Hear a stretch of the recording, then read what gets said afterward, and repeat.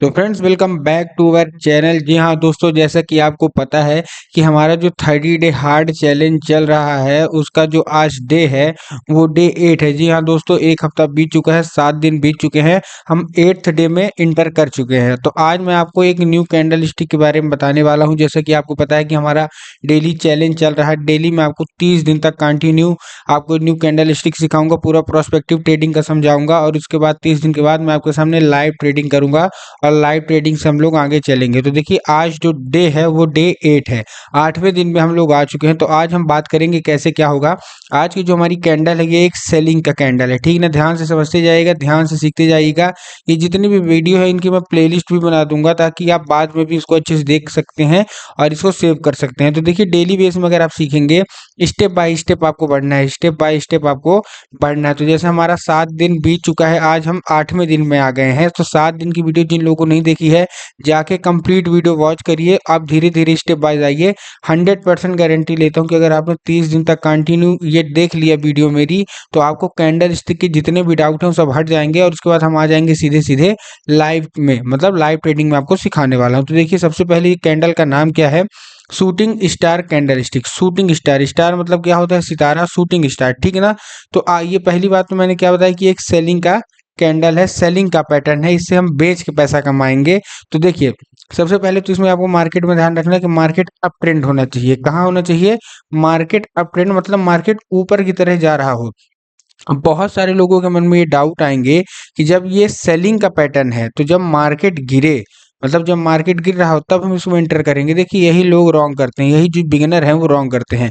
Market already गिर चुका है, या तो वहां से ऊपर निकल जाएगा या तो उसको गिरना होगा तो पहले साइडवेज जाएगा फिर गिरेगा, और इसी लेवल पे आप हो जाओगे ट्रैप। जितने भी बिगिनर हैं वो सब अपना पैसा यहीं लूज कर देंगे और बोल देंगे शेयर मार्केट में पैसा नहीं बनता। तो पहली चीज तो आपको ध्यान रखना है कि मार्केट अपने थोड़ा आपको सेफ चलना है, ठीक ना। मैं आपको बेसिक से एडवांस लेवल तक की चीजें बताने वाला हूँ।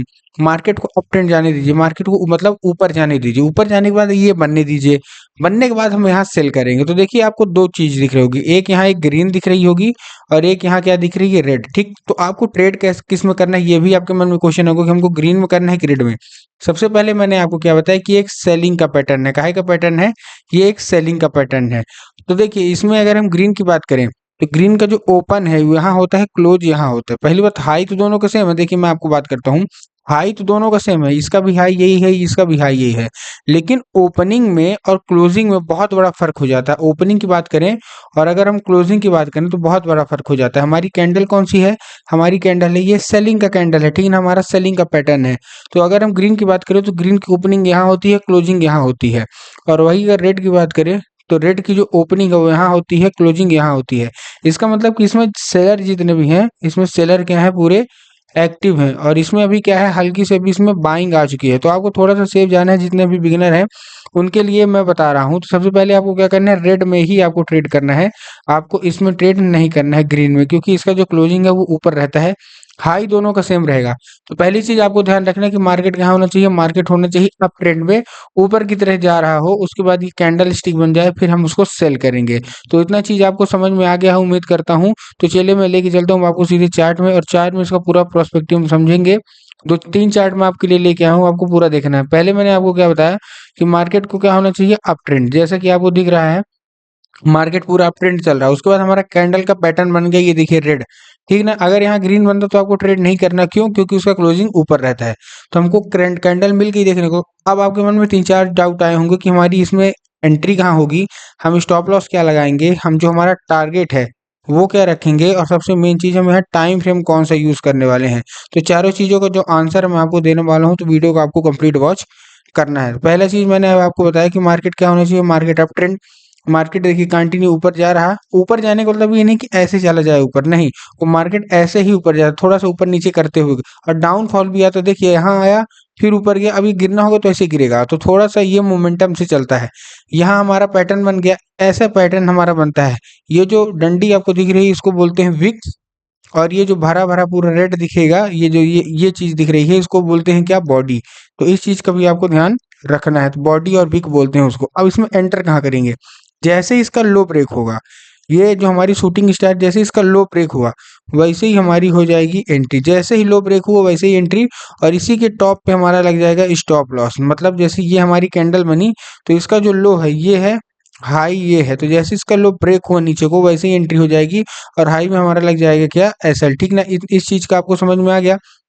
इसका लो ब्रेक हुआ तो हमारी क्या हो गई, एंट्री हो गई, और इसके हाई के ऊपर हमारा क्या हो गया, स्टॉप लॉस। अब देखिए उसके बाद मार्केट, पहले तो मार्केट अप ट्रेंड चल रहा था, हमारा पैटर्न बना, उसके बाद मार्केट डाउनफॉल आया है। तो डाउनफॉल कितना जाना है, कितना अच्छा ट्रेंडिंग मिलेगा, उसके हिसाब से हम अपना टारगेट रखने वाले हैं। तो हमारा टारगेट क्या होना चाहिए, ये भी एक क्वेश्चनेबल पॉइंट है कि टारगेट क्या होना चाहिए। तो इसमें आपको टारगेट होगा 1:3 का, इस चीज का आपको ध्यान रखना है। कितना होगा, 1:3, मतलब 3 गुना। जितने भी बिगिनर है उनको 1:3 का मतलब नहीं पता होगा, तो 3 गुना।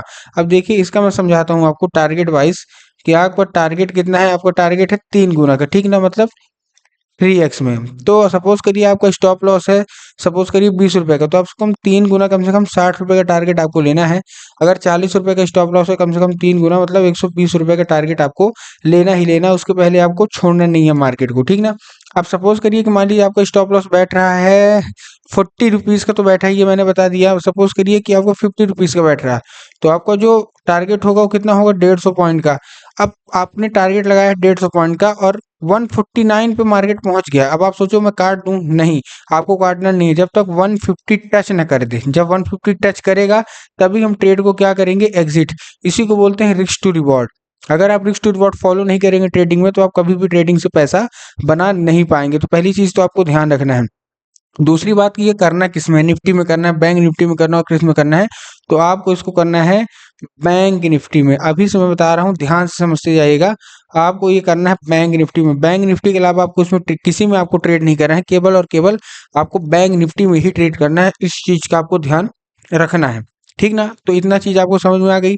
उसके बाद मैं एक और चार्ट आपके लिए लेके आया हूँ, उसमें आपको हम टाइम फ्रेम के बारे में डिस्कस करेंगे और भी चीजें। तो देखिए पहले हम रिकैप कर लेते हैं। पहला मैंने क्या बताया कि मार्केट क्या होना चाहिए, अप ट्रेंड।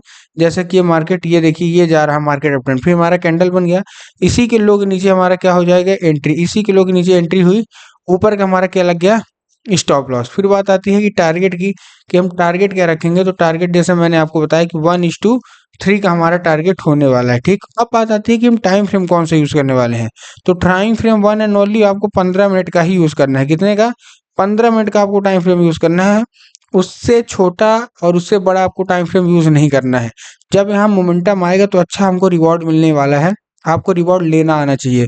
तो 15 मिनट का आपको जो हमारा टाइम फ्रेम है वो रखना ही रखना है। तो आपको चारों चीजें पता चल गई, एंट्री, स्टॉप लॉस, टारगेट और टाइम फ्रेम, सारी चीजें पता चल गई। शूटिंग स्टार कैंडल का नाम है, और ये एक काहे की कैंडल है, ये एक सेलिंग का पैटर्न है जिसको हम बेच के पैसा कमाएंगे।